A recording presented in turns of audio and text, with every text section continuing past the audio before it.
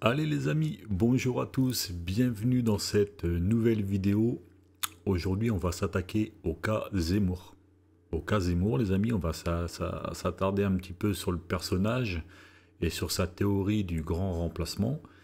Et on va aller clairement aller voir si ce qu'il raconte c'est vrai ou alors si il se fout un petit peu de notre gueule. Donc avant de commencer cette vidéo, je précise alors plusieurs choses. La première, je ne prends pas parti pour Zemmour, à savoir oui ou non. D'accord. Moi, j'analyse ses discours, j'analyse ce qu'il raconte, et ensuite, je donne mon point de vue sur ses discours et sur ce qu'il raconte. Donc, pour ceux qui sont pro-Zemmour, pour ceux qui aiment le personnage, pour ce qu'il dit, pour ce qu'il fait, pour ce qu'il fait pas, bon bref, pour ceux qui votent pour lui, ce genre de choses, barrez-vous clairement parce que vous n'allez pas aimer l'analyse qui va être la mienne, et à mon avis je pense que ça va pas faire du bien à votre ego si vous êtes à 100% d'accord avec lui, parce que factuellement il dit des choses qui sont pas réellement vraies, en tout cas sur le terrain clairement. Après, peut-être dans les sphères médiatiques, il l'est, mais en tout cas, sur le terrain, pas du tout. Donc, je dis pas que tout ce qu'il raconte est faux, attention, hein. Je dis juste que le grand remplacement et cette vague d'immigration, comment il nous l'amène, ça va poser des problèmes avec la réalité du terrain. Vous imaginez que si je débarque avec ce genre de vidéo, c'est pas pour rien, j'ai préparé mes cartouches et on va y aller tranquillement, d'accord? Avec une vraie analyse de fin. À la fin de cette vidéo, bien entendu, j'aurai une réflexion, comme à chaque vidéo, et je vous poserai une question, je vous poserai ma réflexion et mon analyse, et puis vous me direz dans les commentaires ce que vous en pensez, vous, de votre côté. Ok. Je précise également, avant de commencer, vous avez été nombreux à vous abonner là dernièrement, suite à la vidéo sur le cas Meyer Habib. Je vous en remercie grave, parce que honnêtement, je pensais pas quand j'ai fait cette chaîne que ça allait prendre comme ça de fou. Là, ça fait 9 jours que j'ai posté la vidéo, et clairement, on est à 71 abonnés en moins de 2 jours. Ça bombarde dans tous les sens. Je peux pas répondre à tout le monde, malheureusement, j'essaie de le faire, mais c'est compliqué. En tout cas, sachez que j'essaierai de répondre à chacun d'entre vous comme je le peux, voilà, dans la joie, dans la bonne humeur et dans la réaction. Donc, amis réacteurs, on va y aller. On va s'attaquer au cas Zemmour. Et je vous ai préparé, trois petites vidéos sur le monsieur. Et puis, bien entendu, je vous ai fait des petites recherches pour qu'on arrive à un vrai résultat.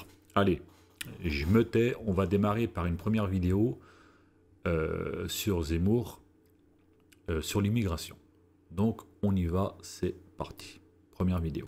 Position de condamner comme ça tout le monde. Vous, au pouvoir, vous auriez fait quoi dans une telle situation? Qu'auriez-vous fait? Qu'auriez-vous dit? D'abord, j'ai demandé l'état d'urgence tout de suite. Je pense que c'est le minimum. Vous avez entendu, beaucoup de policiers disent que ça n'aurait servi à rien. L'état d'urgence, c'est pour les gens qui respectent la loi. Hein. Non, mais pourquoi on l'a fait dans les émeutes de 2005? Ça n'a pas été inutile. Et sinon, on monte en grade. Vous savez, après l'état d'urgence, il a l'état de siège. Après l'état de siège, il a l'article 16, où le président prend tous les pouvoirs. Ça existe, le général de Gaulle l'a fait. Deuxièmement, il faut une répression féroce. C'est la répression qui fait peur.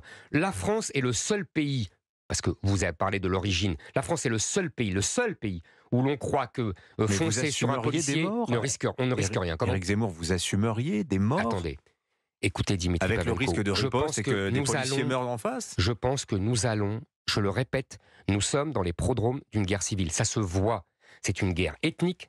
On le voit bien, c'est une guerre raciale. On voit bien les forces en présence. Je pense effectivement qu'il faut quelqu'un de déterminé et de ferme. Mais ce scénario terrifie les Français, Éric Zemmour. Oui. Ils l'ont. Pardonnez-moi, je ne suis pas au pouvoir. Bon. Moi, si j'avais été au pouvoir, j'aurais d'abord arrêté l'immigration. Déjà, j'aurais arrêté les flux, j'aurais supprimé le droit du sol, j'aurais arrêté le regroupement familial, j'aurais limité à presque rien les étudiants, j'aurais renvoyé les délinquants, les criminels en fin de peine, les chômeurs de plus de 6 mois, tout ce que j'ai proposé pendant la présidentielle. Vous voyez? Parce que, je vous répète, à l'origine de tout cela, il y a non seulement le laxisme judiciaire, il y a non seulement le fait que les policiers ont des ordres de ne pas aller au contact, il y a non seulement, il y a d'abord et avant tout le nombre. Alors, vidéo très intéressante d'Éric Zemmour. Très intéressante dans le sens où il le dit lui-même, il aurait été au pouvoir, il aurait arrêté l'immigration. Ok. Moi j'ai une question, monsieur Zemmour. Comment vous arrêtez l'immigration? C'est-à-dire, quand il y a des gens qui arrivent d'autres pays, alors qu'on s'entende bien, immigration maghrébine ou immigration internationale? Déjà, première question. Je pense à peu près, vu que vous connaissez un petit peu maintenant, que vous parlez d'immigration venue du Maghreb ou de l'Afrique subsaharienne. Donc on va parler de ça. Comment vous faites quand les gens viennent et qu'ils n'ont pas de papier? Comment vous faites pour les retrouver en France? Comment vous faites pour les retrouver en France? Par le pur hasard, certains seront arrêtés par la police, et ceux-là, effectivement, le processus commencera. Mais les autres, comment vous faites quand ils arrivent en France? Comment vous faites pour les retrouver? Puisqu'ils sont, soit ils se cachent, soit ils ne déclinent pas leur identité, et dans les 3/4 du temps, ils se comportent très bien. Donc, personne jette un œil à qui ils sont, où ils vont, et ce qu'ils font. Vous voyez ce que je veux dire? Donc, il n'y a que quand ils commettent des actes de délinquance, comme vous dites, qui entrent dans le processus de « on les a retrouvés », etc. Deuxième question. Une fois que vous les avez trouvés, comment vous faites pour les ramener jusqu'à chez eux? C'est-à-dire, quand vous arrêtez un immigré, ok, alors, vous avez de la chance, il parle français, cet immigré. On a de la chance. On en a trouvé un, il parle français. Ok. Vous l'arrêtez. Vous lui posez la question, d'où tu viens? Il faudrait encore qu'il puisse vous dire d'où il vient. Il n'a peut-être pas envie de vous dire d'où il vient. Qu'est-ce qui prouve qu'il va vouloir vous dire d'où il vient, et qu'est-ce qui prouve qu'il va vous dire la réalité? Si c'est un Italien qui vous dit « je viens de Belgique », comment vous allez savoir réellement? Il n'a pas de papier, le gars. Ok. Si c'est un Marocain et qui vient il vous dit « je viens d'Algérie », comment vous allez voir? Il n'a pas de papier, le gars. Ok. Imaginons qu'il vous dit « bon, je suis... allez, vous aimez bien l'Afrique subsaharienne, il est malien. Désolé les Maliens, j'ai rien contre vous, je vous embrasse. D'ailleurs. Bon délire à la canne, d'ailleurs. Bref. Il est malien. Ok. Il est malien. Il vous dit « je suis malien ». Bon. Vous le ramenez jusqu'à dans son pays. Si le pays en question, c'est-à-dire le Mali, ils n'en veulent pas. Ok? Ils n'en veulent pas. Vous faites comment? Vous appelez le Mali, allô, si tu reprends pas ton ressortissant parce que nous on n'en veut pas, il va y avoir des sanctions économiques et des sanctions autres, machin, blablabla. Bla. Mais c'est moi ou la France, on s'est fait jeter de l'Afrique? Avec toutes les conneries que Macron a fait. Je pose la question, c'est moi ou pas? Ouais, on est d'accord. Hein. Donc, imaginons maintenant que le Mali, allez, encore une fois, le Mali, ok, monsieur Zemmour, on le reprend. Qu'est-ce qui ne va pas nous dire que ce mec-là, ce Malien, il ne va pas revenir 2 mois, 3 mois, 4 mois après, chez nous? Sous un autre nom, sous une fausse identité, etc. Et ça va repartir encore pour un tour.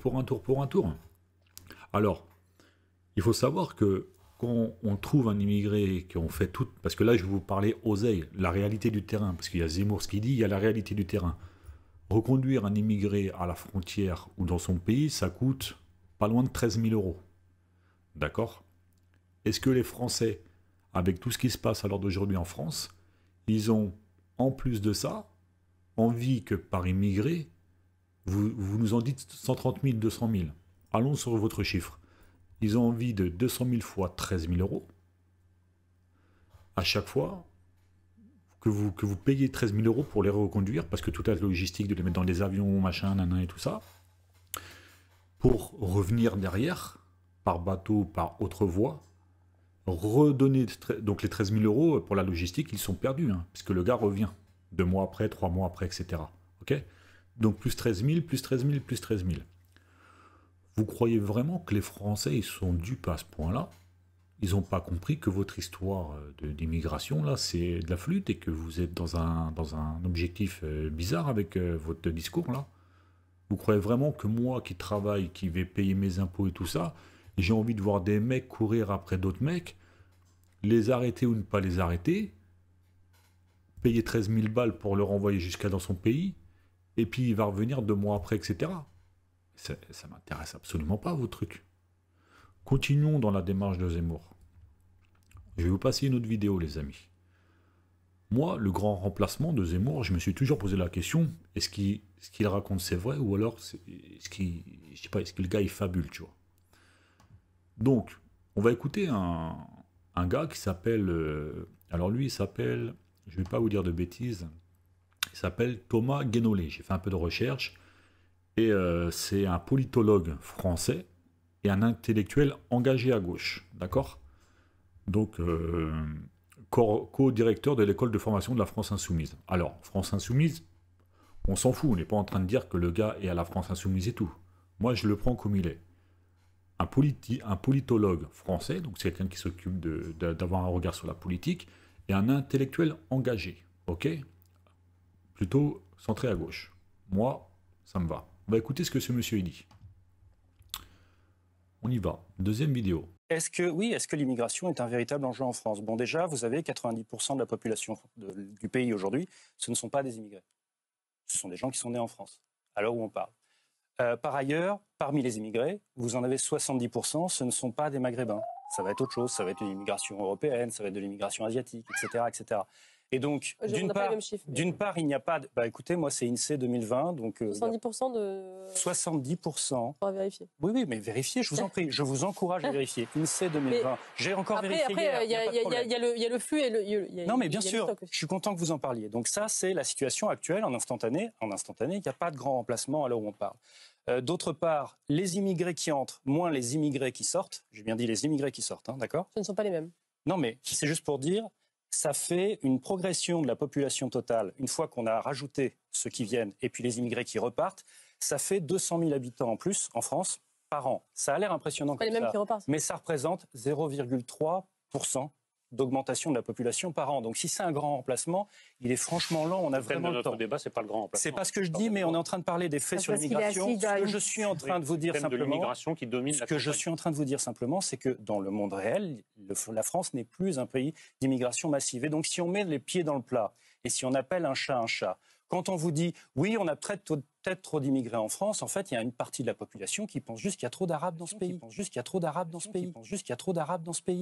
Sauf que la majorité des Maghrébins, à l'heure où on parle, ne sont pas des immigrés. Ce n'est pas une question. C'est ça la réalité. Est-ce que les immigrés sont pas... Là, vous jouez sur les mots. Est-ce que les immigrés... C'est pas moi qui joue sur les mots. Mais Thomas Guénolé... J'ai rien à vendre électoralement. Je ne suis pas candidat à quoi que ce soit. Moi, je vous dis juste, je vérifie les données, je regarde, je produis des analyses, j'essaie de vous prouver que je vous dis qu'il y a des choses qui ne tombent pas du ciel. Sur l'immigration, je vous dis, voilà où on en est, voilà les chiffres disponibles. Vous avez peut-être d'autres chiffres, mais moi, c'est ceux de l'INSEE, etc. Je ne vous dis pas ça à vous. Alors effectivement, le mec n'a rien à vendre, donc quand même je me suis fait la réflexion, je me suis dit bon le gars, tu vois on nous le présente comme un politologue français, intellectuellement engagé à gauche, directeur de l'école de formation de la France Insoumise, donc forcément un opposant direct à Zemmour. Donc je me suis dit bon bah peut-être que le gars extrapole, tu vois, et vu que s'il combat Zemmour, ce qu'il raconte, ça va dans le sens du camp d'en face, c'est-à-dire le sien, la gauche, France Insoumise. Donc ce que j'ai fait à React One, on le répétera jamais assez, on est des connards, ok. On a été voir, tout simplement, on a été chercher en fait l'immigration en fait en France, et on est tombé, j'ai tapé simplement INSEE, donc le même rapport que lui, immigration en France 2023. On peut pas être plus, bon, je sais qu'on est en 2024, mais on est qu'en janvier, enfin on est qu'en février, donc c'est le rapport de l'année dernière. Donc du coup, ce que je vais faire, alors. Moi, dans cette vidéo, je vais vous survoler les choses, d'accord? Mais je vous place, je me suis procuré carrément le document de l'INSEE complet. Vous avez beaucoup de pages, hein, vous en avez exactement... vous en avez presque 198. Et nous, on va s'arrêter sur la 43. J'ai survolé le truc, hein, je vous dis, j'ai un petit peu bossé quand même. Donc, on va y aller tranquille. Donc, on nous dit quoi? On nous dit quel est le pourcentage d'immigrés en France en 2023. Écoutez bien, les amis. Le pourcentage d'immigrés en France, pas le pourcentage de maghrébins immigrés en France. Ok? Donc, immigrés en France, tous les pays internationaux. Ok? 7 millions d'immigrés résident en France selon l'INSEE. Selon un rapport de l'INSEE publié ce jeudi 30 mars, c'est-à-dire l'année dernière, 10,3% de la population vivant en France est immigrée, c'est-à-dire un ratio de 1%. Ok? Enfin, de 10%, excusez-moi. 10%, contre 6,5% en 1968. Donc entre 1968 et 2023, on a une augmentation de 3 points. D'accord? De 4 points, excusez-moi. Donc 6,5 jusqu'à 10,3. Je vous enlève les 3 et les petits 5 après la virgule. Ok? Mais vous avez une augmentation en l'espace de 6, 7, 8, 9, 10, en 40-50 ans à peu près. Un point d'indice de 3. Enfin de 4, pardon. Donc l'INSEE a dressé un panorama de l'immigration en France dans un rapport publié le jeudi 30 mars. C'est ce fameux rapport que je vous ai dit là, en 198 pages, que je vous mets dans la description, que vous pourrez aller voir. Ça, c'est factuel, d'accord? C'est Zemmour, il peut dire ce qu'il veut. Les chiffres, lui-même s'appuie sur des chiffres qui sont à l'intérieur. Donc on va faire le même travail intellectuel que ce gars-là. Ok? On continue. Quels sont les chiffres de l'immigration en France? La population étrangère vivant en France s'élève à 5,3 millions de personnes. Sur 65 millions, ça ne fait pas beaucoup. Okay, soit 7,8% de la population totale. Elle se compose de 4,5 millions d'immigrés n'ayant pas acquis la nationalité française et de 0,8 millions de personnes nées en France de nationalité étrangère. C'est ce dont Zemmour parle. D'accord, né en France de nationalité étrangère. De plus, maintenant, les amis, on va aller voir le rapport que je vous ai dit tout à l'heure en page 43, d'accord, de l'INSEE. Il faut savoir que quand Zemmour nous parle de musulmans, de religion, de vague immigration et qu'il associe en fait le côté délinquance à terrorisme, de terrorisme à islam, ce genre de choses, voici ce qu'il faut comprendre. Dans le choix de la religion comme dimension d'identité, selon l'affiliation religieuse, en 2008, 2009 et en 2019-2020, il y en a en fait qui sont sans religion. Ça représente une majorité, 45%, okay, des affiliations religieuses. Les catholiques arrivent en deuxième avec 43%. Les autres chrétiens, c'est-à-dire orthodoxes protestants, à 2,5%. Les musulmans, 8%. Les juifs, 0,5%. Les bouddhistes, 0,5%. Ce qui fait l'ensemble de tout, ça 100. Religion comme dimension de l'identité. Vous avez les ratios, hein, sans religion 1, catholique 8, autres chrétiens 10, musulmans 33, juifs 46, bouddhistes 20, 7, etc. Ça, c'est en 2019. Maintenant, c'était en 2008-2009, pardon. Maintenant, en 2019-2020, vous avez, du coup, vu qu'il nous parle souvent de musulmans, on va aller voir les musulmans, on est passé de 8 à 11, d'accord? Et on est passé de 33, on est redescendu à 30 au niveau de religion comme dimension de l'identité.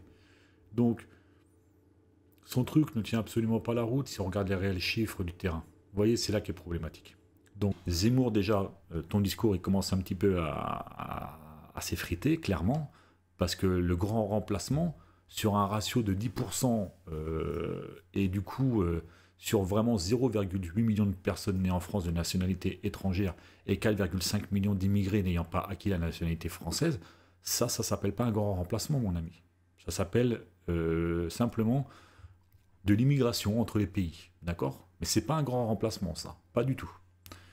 Donc, maintenant, il nous parle toujours du Maghreb, il nous parle toujours des Arabes, des Maghreb, Afrique subsaharienne et tout ça. Bizarrement, on l'entend moins sur l'Ukraine, mais bon, j'ai pas dit on l'entend pas, j'ai dit on l'entend moins sur l'Ukraine. Bref, quelle est la plus grande communauté étrangère en France? Je me suis posé la question. Parce que moi, il me dit, ouais, c'est les Arabes, les Arabes, les Arabes. BFM, c'est les Arabes, c'est les Arabes, c'est les Arabes. CNews, c'est les Arabes, c'est les Arabes, c'est les Arabes. Le Pen, c'est les Arabes. Depuis que je suis né, j'ai 38 ans, j'entends ça depuis que je suis né. Donc, je me suis dit, putain, ils sont beaucoup les Arabes en France. Eh ben non, les amis, c'est faux. Quelle est la plus grande communauté étrangère en France? Ils sont principalement originaires de l'Union européenne, 34%. et du Maghreb, 29%. Donc le Maghreb arrive en deuxième. Ce n'est pas la première vague d'immigration. Pourtant, Zemmour ne la présente comme ça. Puis d'Asie, 14%, dont près d'un tiers de la Turquie. Et d'Afrique subsaharienne, c'est-à-dire toute l'Afrique subsaharienne, 13%. Donc ils sont limite en dernier, tu vois. En 2020, donc c'est-à-dire 3 ans avant, 6,8 millions d'immigrés vivent en France selon l'INSEE, soit 10,2% de la population totale. C'est-à-dire 10 sur 100, 10% sur 100, ça fait un petit ratio. Donc très honnêtement, Zemmour, là, il va falloir te calmer avec ton grand remplacement et avec ta vague d'immigrés qui viennent casser les couilles à tout le monde en France. Ce n'est pas vrai. Ce n'est pas vrai comment toi tu l'entends. Ce n'est pas vrai. Et parmi ceux qui viennent en France, parmi cette vague d'immigration, ils repartent chez eux. Puisqu'ils viennent certains pour travailler ou pour faire des affaires, etc. Puis ils repartent ensuite. Ils ne restent pas tous en France. Tu comprends? Donc il faut que tu te détendes un petit peu avec ce problème-là. Je me suis posé la question, pourquoi ce gars part dans des délires comme ça? On va arriver vers une autre réflexion. On va aller sur une autre vidéo. Et là, j'ai commencé à moins rigoler avec le personnage. Parce que quand il nous parle d'immigration et tout ça, et qu'il y a des gens en face qui ne prennent pas le temps d'aller regarder comment moi je fais, c'est ce qu'il faudrait faire, les amis. Quand on vous donne une information, il faut aller la vérifier, il faut aller regarder. Je ne dis pas que c'est vrai ou que c'est pas vrai, c'est pas ce que je suis en train de dire. Je dis juste que le minimum intellectuel d'un citoyen français à l'heure d'aujourd'hui, quand il reçoit une information venue d'un personnage comme Zemmour ou alors d'un média français, il se doit, d'accord, ça devrait être une obligation d'aller chercher l'information. Sinon, c'est la porte ouverte à tout. Demain, le gars arrive et dit une dinguerie, toi tu vas le croire, sauf que ce gars-là est politicien, c'est-à-dire que le mec il fait 7%. Ok? Au présidentiel. Il fait 7%. Il fait pas 0. Il fait pas 1. Il fait 7%. Alors tu vas me dire 7% c'est rien, on est tous d'accord, c'est éclaté. C'est éclaté au sol comme score. Mais c'est 7% quand même. Tu comprends ce que je veux te dire? Donc il y a 7% de personnes dans le monde, dans la France, pardon, qui ont cru à ce qu'il disait. Et là, ça devient problématique pour l'ensemble des citoyens français. Parce que si on se retrouve avec un personnage comme ça, vous allez comprendre, hein, vous allez voir, on va passer à une deuxième partie là. Vous allez comprendre pourquoi je dis qu'il est dangereux. Moi, les racistes, ils me font pas peur tant qu'il n'y a pas un projet politique derrière, ou un projet d'action. Je veux dire, il y a une différence entre un ancien que tu vois, qui te dit « Ouais, vas-y, moi les Arabes, machin, tout ça ».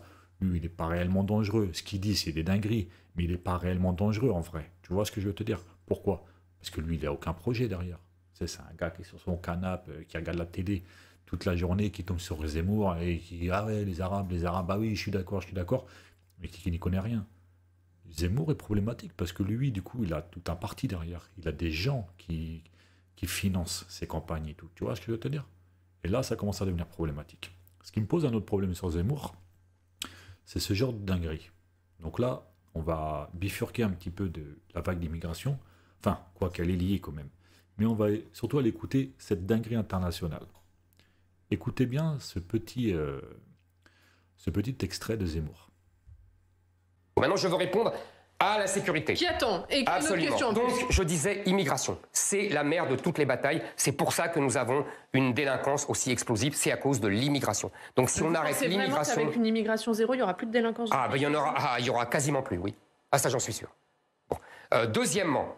C'est-à-dire qu'il y a que des immigrés qui sont délinquants dans ce Oui. En tout cas, des immigrés ou des enfants d'immigrés. Donc ils sont français. Alors justement, on va traiter ça. Laissez-moi finir. Deuxième question. Alors là, les amis, ça c'est la phrase la plus dingue. Quand je vous dis que sur React One, on réagit qu'à des dingueries, ça c'est le truc le plus dingue du monde. Il est en train de nous dire que, je répète sa phrase, hein, il est en train de nous dire que... Absolument. Donc, je disais immigration. C'est la mère de toutes les batailles. C'est pour ça que nous avons... C'est pas la mère de toutes les batailles. La mère de toutes les batailles, c'est la souveraineté nationale de ce pays. D'accord? C'est que la France reste aux Français. C'est pas que la France soit vendue à des intérêts privés comme est en train de le faire Macron. C'est-à-dire notre fleuron de l'industrie spatiale, navale, industrie motorisée, tout ce que vous voulez, qu'il soit vendu aux Américains, aux Chinois ou aux Émirats Arabes Unis. Voici la mère des batailles, la souveraineté nationale. C'est pas l'immigration. Surtout avec les chiffres que je vous ai dit tout à l'heure. 10% de vague d'immigration, et en plus, elle ne vient pas du Maghreb. Vous voyez? C'est ça qui me pose problème. C'est quand on vous parle de 34%, par exemple. Quand on vous parle de 34%, c'est ce que j'ai fait au départ. Je vous ai parlé de 34%, vous savez, l'Union européenne, 34%, Maghreb, 29%. Mais c'est 34% et 29% des 10%. Vous voyez? Pas des 100%. Quand je vous dis 34% et 29%, c'est pas 100%. C'est 34% du Maghreb, 34% de l'Union européenne, 29% du Maghreb, 14% d'Asie, mais des 10,3% de la population. Ok? Donc c'est là où ça commence à être compliqué quand on entend un mec comme ça dire c'est dinguerie là. Ensuite, on va pousser un petit peu le truc. C'est pour ça que nous avons une délinquance aussi explosive, c'est à cause de l'immigration. Donc ça, c'est faux. C'est pas à cause de l'immigration. C'est pas à cause de l'immigration qu'on a une délinquance qui explose. C'est absolument pas vrai. Je vais vous expliquer c'est à cause de quoi. Si on arrête l'immigration... Avec une immigration zéro, il n'y aura plus de délinquance. Ah, ben il y aura quasiment plus, oui. Ah, ça, j'en suis sûr. Alors, moi, ça va me poser problème parce qu'on va mettre ça en corrélation avec des vrais faits, les amis. Il est en train de nous dire que s'il n'y a plus d'immigration, il n'y a plus de délinquance. Quasi pas. Ok? Comment, dans ce cas-là, va-t-il nous expliquer ceci? Paris, le fils aîné d'Éric Zemmour, donc ce même personnage qui vient de nous dire que si on arrête l'immigration, il n'y a plus de délinquance, le fils aîné d'Éric Zemmour, à l'origine d'un grave accident en état d'ivresse, mis en examen.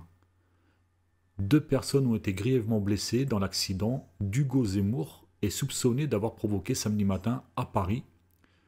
Le jeune homme a été mis en examen et placé sous contrôle judiciaire ce lundi en début d'après-midi. Waouh! Regardez la dinguerie de l'accident, les gars. Regardez la dinguerie de l'accident. Le fils de Zemmour, d'accord? C'est lui qui nous parle de vague immigration qui amène la délinquance en France. Ok? Qu'est-ce qu'on doit penser de tout ça, là? Il est près de 15h ce lundi lorsque Hugo Zemmour, les traits tirés, s'engouffre avec son frère Thibault dans un taxi rue du Bastion, devant une sortie du tribunal judiciaire de Paris, 17e arrondissement. Il sort tout juste du cabinet du magistrat instructeur, à qui une information judiciaire a été confiée, à la suite de l'accident de la route qui a fait 2 blessés graves, pas des blessés légers. Accident de la route qui a fait 2 blessés graves samedi dans le 6e arrondissement de Paris. Selon nos informations, le fils aîné d'Éric Zemmour vient d'être mis en examen pour blessure involontaire ayant entraîné une incapacité totale de travail, donc un ITT, inférieur ou égal à 3 mois, avec 2 circonstances aggravantes, son alcoolémie positive et la violation manifestement délibérée d'une obligation particulière de prudence ou de sécurité. Enfin, le juge d'instruction a retenu une autre infraction, transport d'armes de catégorie D, car un couteau a été retrouvé dans la voiture conduite par le jeune homme.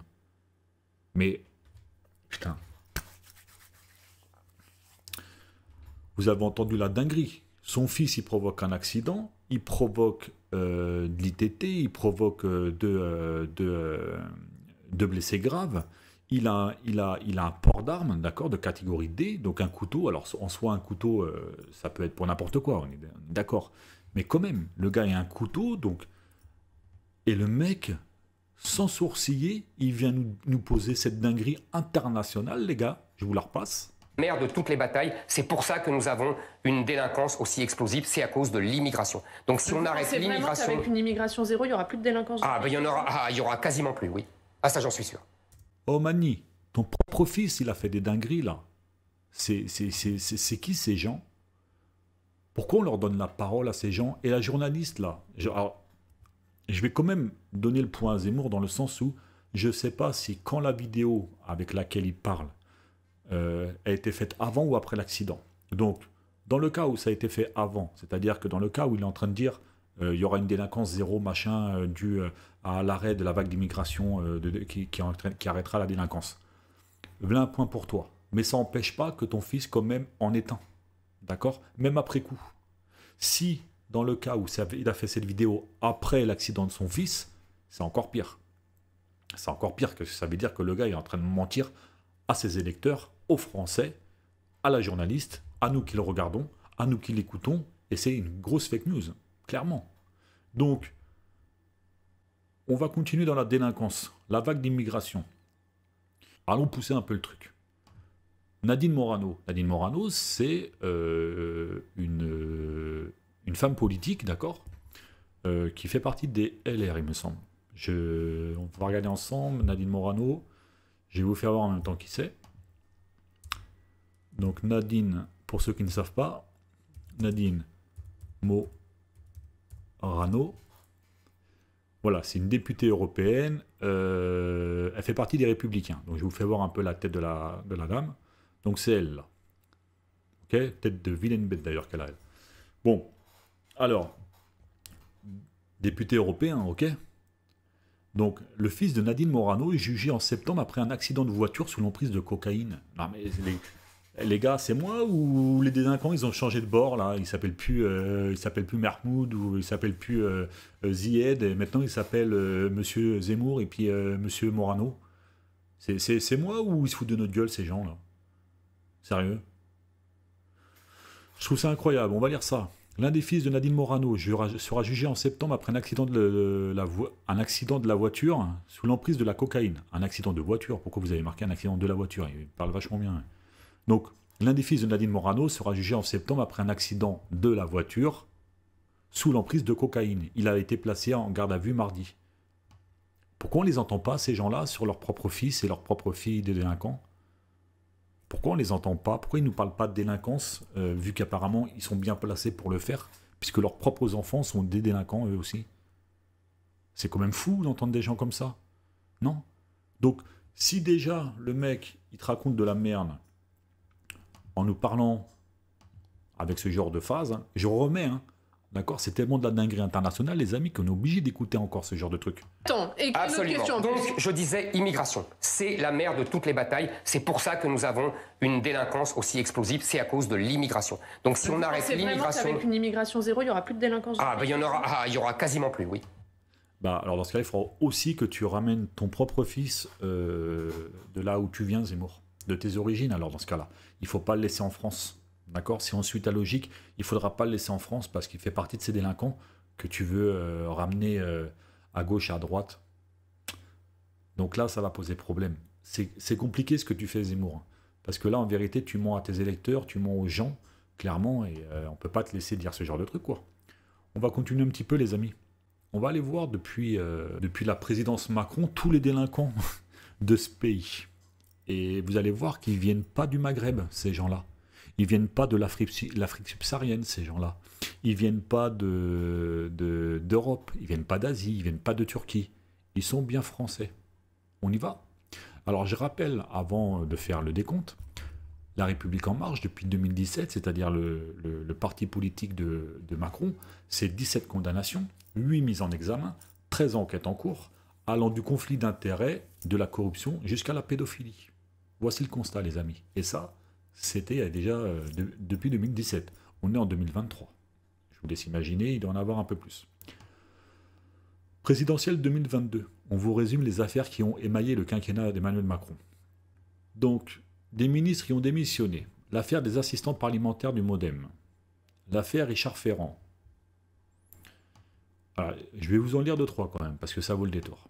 On va parler des délinquants au col blanc, hein. Ils sont bien français. Hein. Donc l'affaire Richard Ferrand. Ce proche d'Emmanuel Macron a lui aussi été contraint de quitter le gouvernement d'Édouard Philippe quelques jours seulement après sa nomination. Le Canard enchaîné révèle en effet, en mai 2017, que le nouveau ministre de la Cohésion des Territoires a attribué en 2011 un marché public à l'entreprise de sa compagne sous la mise à disposition d'un local commercial alors qu'il dirigeait les mutuelles de Bretagne.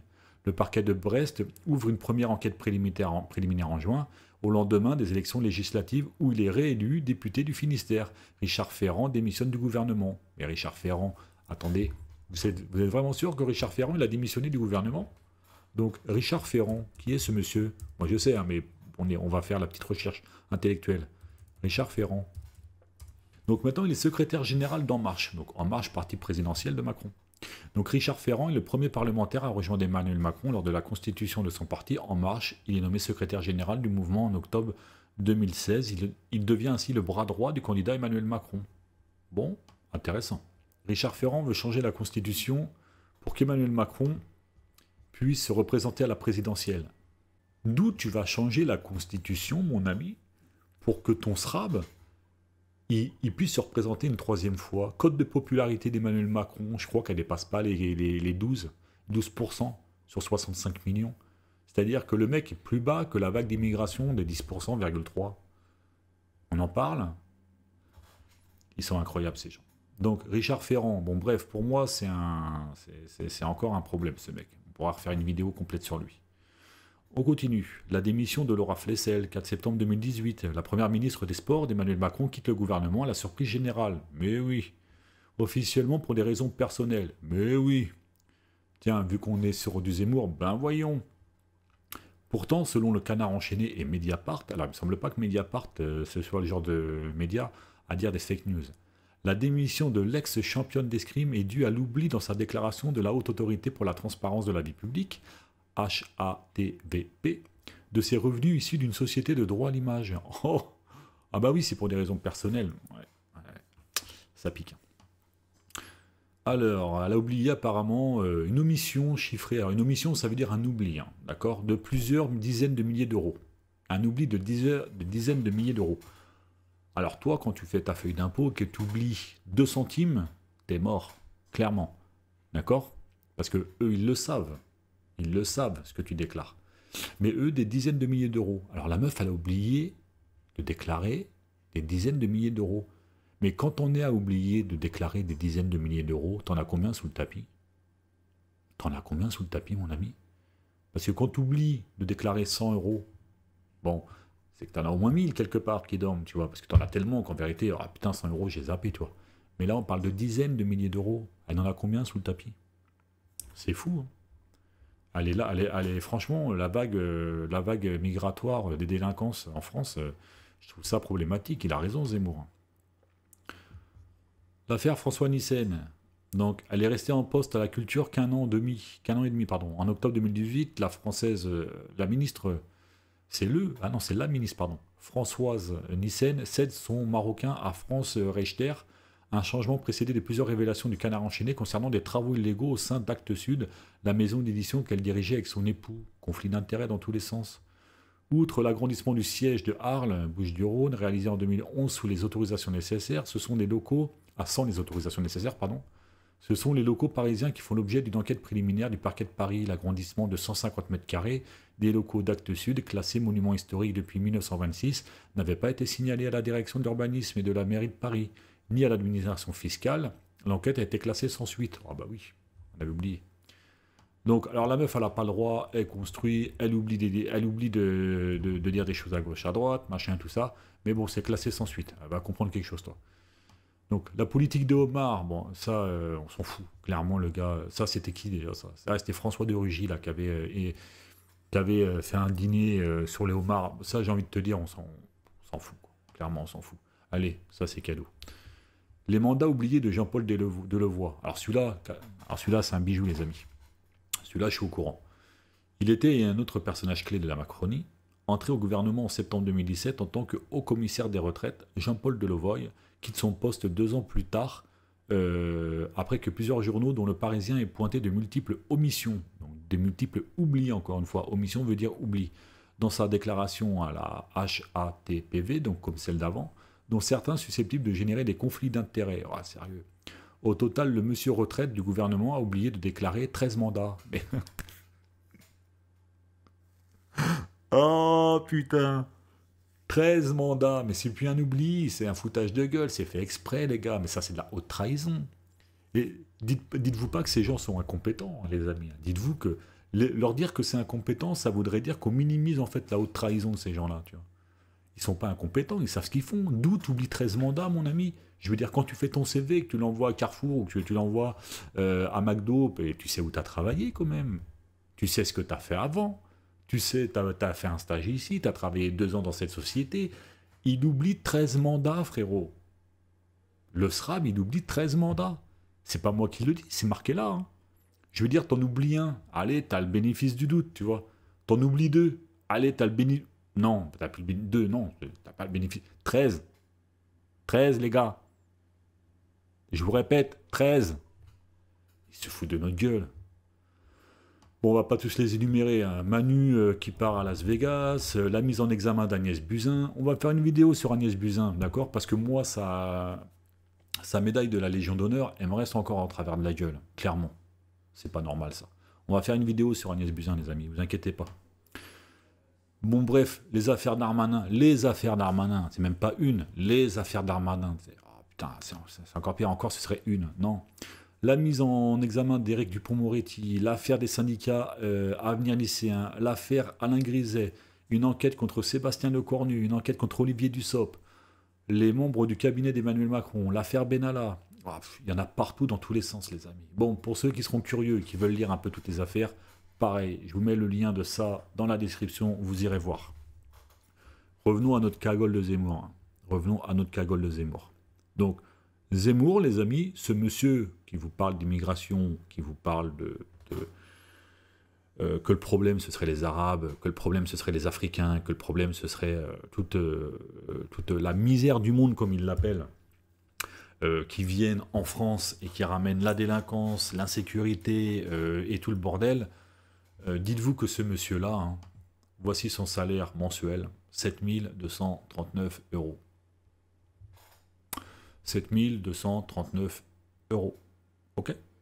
Donc, pour ceux, pareil, qui veulent voir les salaires de tous ces guignols politiciens qui nous racontent de la merde à longueur de journée, vous allez sur un site, pareil, je vous le mettrai en description, qui s'appelle Salaire mensuel. Ok? Tout simplement, salaire mensuel. Et vous avez tous les salaires, vous pouvez, c'est public, hein, d'accord? Vous pouvez avoir tous les salaires de tous les politiciens, les animateurs télé, les football, tennis, Formule 1, célébrités, business, patron du CAC 40, etc.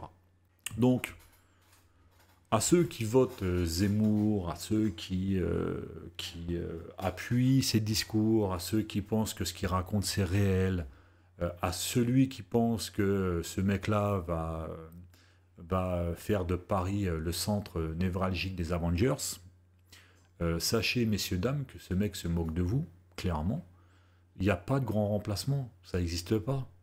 Je veux dire, quand on parlerait encore, vous voyez, on parlerait encore de 50%, de 40%, de 55% de la population de vague d'immigration. Ok, mais on nous parle de 10,3%, les amis. 10,3%, c'est sur 100%, c'est que dalle. C'est même pas son score à Zemmour à la présidentielle. Et grâce à ça, il a eu 0 député. Vous voyez ce que je veux dire? C'est intellectuellement, c'est pas honnête de monter son projet politique sur une vague d'immigration, sur un grand remplacement, les Arabes, les Africains, les immigrés, alors qu'il n'y a rien de fondé, quoi.